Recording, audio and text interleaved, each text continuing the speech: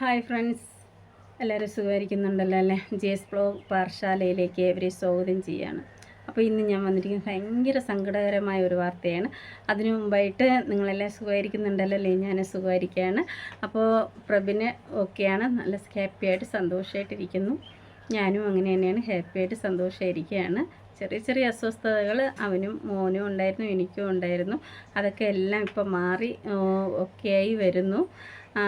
ഇനി നമുക്ക് 4-ാം തീയതിയാണ് അടുത്ത് നമുക്ക് പോകേണ്ടത് ഹോസ്പിറ്റലിലേക്ക്. അപ്പോൾ നിങ്ങളെല്ലാവരും അവന് വേണ്ടി പ്രാർത്ഥിക്കുക, ഓക്കെ? അപ്പോൾ നമുക്ക് വീഡിയോയിലേക്ക് പോവാം. അപ്പോൾ ഞാൻ വന്നിരിക്കുന്നത് കഴിഞ്ഞ ദിവസം കോയമ്പത്തൂരിലൊരു സംഭവം നടന്നായിരുന്നു. കോയമ്പത്തൂർ സുലൂർ ഗ്രാമത്തിലാണ് നടന്നതാണ്. അവിടെ ആണെങ്കിൽ വെറും 10 വയസ്സ് മാത്രം പ്രായമുള്ള, നിങ്ങളെല്ലാവരും കേട്ടിട്ടുണ്ടാവും വാർത്ത, വെറും 10 വയസ്സ് മാത്രം പ്രായമുള്ള ഒരു കുട്ടിയെ കൊടൂരമായി പീഡിപ്പിച്ച് കൊന്നതിനെക്കുറിച്ച് സംസാരിക്കാനാണ് ഞാൻ വന്നത്. അപ്പോൾ 2 വ്യക്തിയാണ് ഇതിൽ കാരണക്കാർ. അപ്പോൾ അവർ ഇടക്കാലം കൊണ്ടാണ് അവരവിടെ വന്നിട്ട് 1 മാസത്തിനകത്ത് അവിടെ വന്ന് താമസിക്കുന്നതേ ഉള്ളൂ. ഇവർ താമസിക്കുന്നതിൻ്റെ തൊട്ടടുത്ത് വാടകയ്ക്ക് വന്ന് താമസിക്കുന്ന 2 ആൾക്കാരാണ്. അപ്പം ഇവർ ഓൾറെഡി അമ്മ മാത്രമേ വീട്ടിലുണ്ടായിരുന്നുള്ളൂ. കുട്ടിക്ക് മിഠായി വാങ്ങിത്തരാമെന്ന് പറഞ്ഞിട്ടാണ് ഈ കുട്ടിയെ കൂട്ടിക്കൊണ്ട് പോയിരിക്കുന്നത്.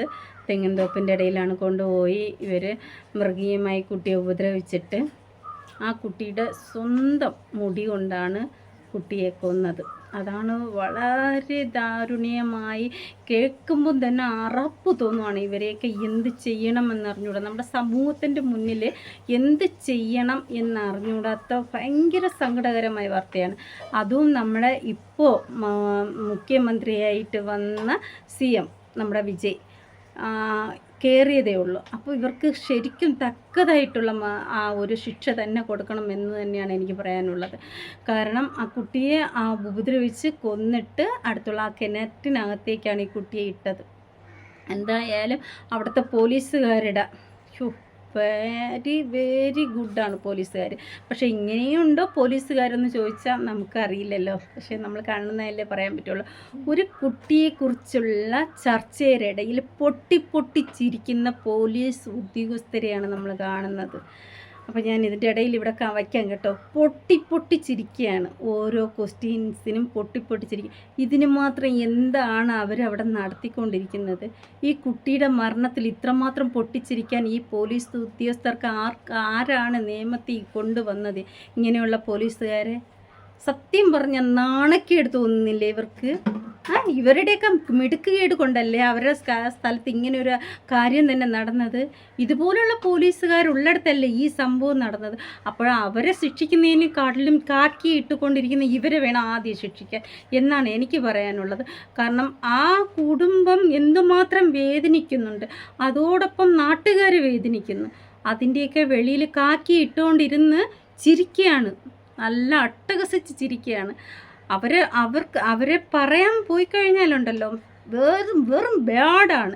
ഇങ്ങനെയും പോലീസുകാരുണ്ടോ എന്ന് ചോദിച്ചു പോകും. എനിക്ക് വിജയോട് പറയാൻ പോണ്ട്, എല്ലാത്തിനെയും അടിച്ച് തൂത്തെടുത്ത് കളയുക എന്ന് തന്നെ എനിക്ക് പറയാനുള്ള. നമ്മുടെ മന്ത്രി എന്നുള്ള നിലയ്ക്ക്, അതായത് തമിഴ്നാട്ടിലെ മുഖ്യമന്ത്രി എന്നുള്ള നിലയ്ക്ക് ഇനി മേലാൽ എന്ന് പറഞ്ഞാൽ CM ആയ സമയത്ത് തന്നെ പ്രതിജ്ഞ വയ്ക്കുന്നുണ്ട്, ഞാൻ പെണ്ണുങ്ങൾക്ക് പാതുകാപ്പായിരിക്കുമെന്നാണ് നമ്മുടെ വിജയ് പറഞ്ഞത്. ആ പാതുകാപ്പിൽ പറഞ്ഞതിൻ്റെ 1% സത്യസന്ധത ഉണ്ടെങ്കിൽ ഇവർക്കൊക്കെ അടിച്ച് കയ്യിലെടുത്ത് പേപ്പർ കൊടുക്കണം എന്ന് തന്നെയാണ് എനിക്ക് പറയാനുള്ളത്.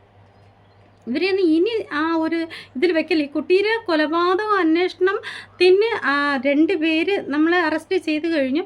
അവരെയും ഞാൻ ഇവിടെ കൊടുക്കാം കേട്ടോ, അവരുടെ പടവും ഞാനിവിടെ കൊടുക്കാം. നിങ്ങളെല്ലാം വളരെ വളരെ സൂക്ഷിക്കുക മക്കളെ. അപ്പോൾ അവരെ വരെ ഇവർ വേണമെങ്കിൽ ഇനി ഇവർ തന്നെ ആ കേസ് അന്വേഷിക്കുകയും രക്ഷപ്പെടുത്തും. അങ്ങനെയുള്ള പോലീസുകാരാണ്. ഞാൻ നമ്മുടെ കേരളത്തിൽ ഞാൻ കണ്ടിട്ടുണ്ട് കുറേ കൊലക്കേസുകളൊക്കെ തെളിയാതെ 7, 8, 10 വർഷങ്ങൾ ഇങ്ങനെ നീണ്ടു പോകുന്നത്. പക്ഷെ ഞാൻ പറയുകയാണ്, വിജയ് വന്ന സ്ഥിതിക്ക്, മുഖ്യമന്ത്രിയായിട്ട് നമ്മുടെ വിജയ് സ്ഥാനമേറ്റ സ്ഥിതിക്ക് ഇവരെയൊന്നും അധികകാലം നീട്ടിക്കൊണ്ട് പോകരുത്. 6 മാസത്തിനകം ശിക്ഷ ഉറപ്പാക്കണം. 4-ാം ക്ലാസ്സിൽ പഠിക്കുന്ന ഒരു കുട്ടിയോട് കാണിച്ച ക്രൂരതയ്ക്ക് ഇവരെയൊക്കെ പിന്നെ എന്താണ് ചെയ്യുക? നിങ്ങൾ തന്നെ പറയേ, എന്താ ചെയ്യേണ്ടത്? ചിലപ്പോൾ ഇതും ന്യായീകരിച്ചു കൊണ്ട് വരാൻ ആൾക്കാരുണ്ടാവും കേട്ടോ, ഇല്ല എന്ന് ഞാൻ പറയുന്നില്ല. ന്യായീകരണത്തിന് ഒരു കുറവും ഉണ്ടാവത്തില്ല. ഇനിയിപ്പോൾ വേറെ ആരെങ്കിലും വന്ന് ചോദിക്കും, ഓ അറിഞ്ഞൂടാത്തവരിങ്ങനെ വന്ന് അറിഞ്ഞൂടാത്തവരല്ല വിളിച്ചത്, 1 മാസത്തിന് മുമ്പ് അവിടെ വന്ന് താമസിക്കുന്നവരാണ് ഇവർ. അപ്പോൾ അറിയാമെന്നുള്ളവർ തന്നെ ആയതുകൊണ്ടായിരിക്കാം ഈ കുട്ടി പോയതല്ലേ, അവരെ വിശ്വാസം ഉള്ളത് കൊണ്ടായിരിക്കാം പോയതല്ലേ. എന്നാൽ ഈ അച്ഛനും അമ്മയും കുട്ടിയെ കണ്ടില്ല എന്ന് പറഞ്ഞ് തിരയുന്ന സമയത്തും അവരോടൊപ്പം കൂടി നിന്ന് തിരയുമായിരുന്നു ഈ 2 പ്രതികളും. ഈ 2 പ്രതികളും അവരോടൊപ്പം കൂടി നിന്ന് തന്നെ തിരയുന്നുണ്ടായിരുന്നു. അപ്പോൾ എനിക്ക് ഈ ഒരു കേസുമായിട്ട് എനിക്ക് നിങ്ങളോട് പറയാനുള്ളത്, ഇവരെയൊക്കെ പോലീസിൽ ഏൽപ്പിക്കരുത് എന്നാണ് എനിക്ക് പറയാനുള്ളത്. കാരണം പോലീസിൽ ഏൽപ്പിച്ച് അവരൊക്കെ ഇതൊക്കെ ചിരിച്ച് നിസ്സാരം പോലെ ഈ കേസിനെ അവർ സോൾവ് ആക്കാനാണ് ശ്രമിക്കുന്നത്. ചിരിച്ചുകൊണ്ട് സോൾവ് ആക്കുകയാണ്. അതുകൊണ്ടാണ് ഞാൻ പറയണത്, നമ്മുടെ കയ്യിലൊക്കെ കിട്ടുകയാണെങ്കിൽ അതിനെ കണ്ടിച്ച് കളയുക. അത് തന്നെയാണ് ഞാൻ പറയണത്. അത് തന്നെയാണ്. എനിക്കിപ്പോൾ കൂടുതൽ പറയണമെന്നുണ്ട്, ഇതിനേക്കാളും കൂടുതൽ പറയണം. പക്ഷേ നമുക്ക് ഓപ്പണായിട്ട് പല കാര്യങ്ങളും പറയാൻ പറ്റാത്തത് കൊണ്ടാണ് ഞാൻ അങ്ങനെ പറയുന്നത്. സത്യം പറഞ്ഞാൽ കണ്ടിച്ച് കളയുക.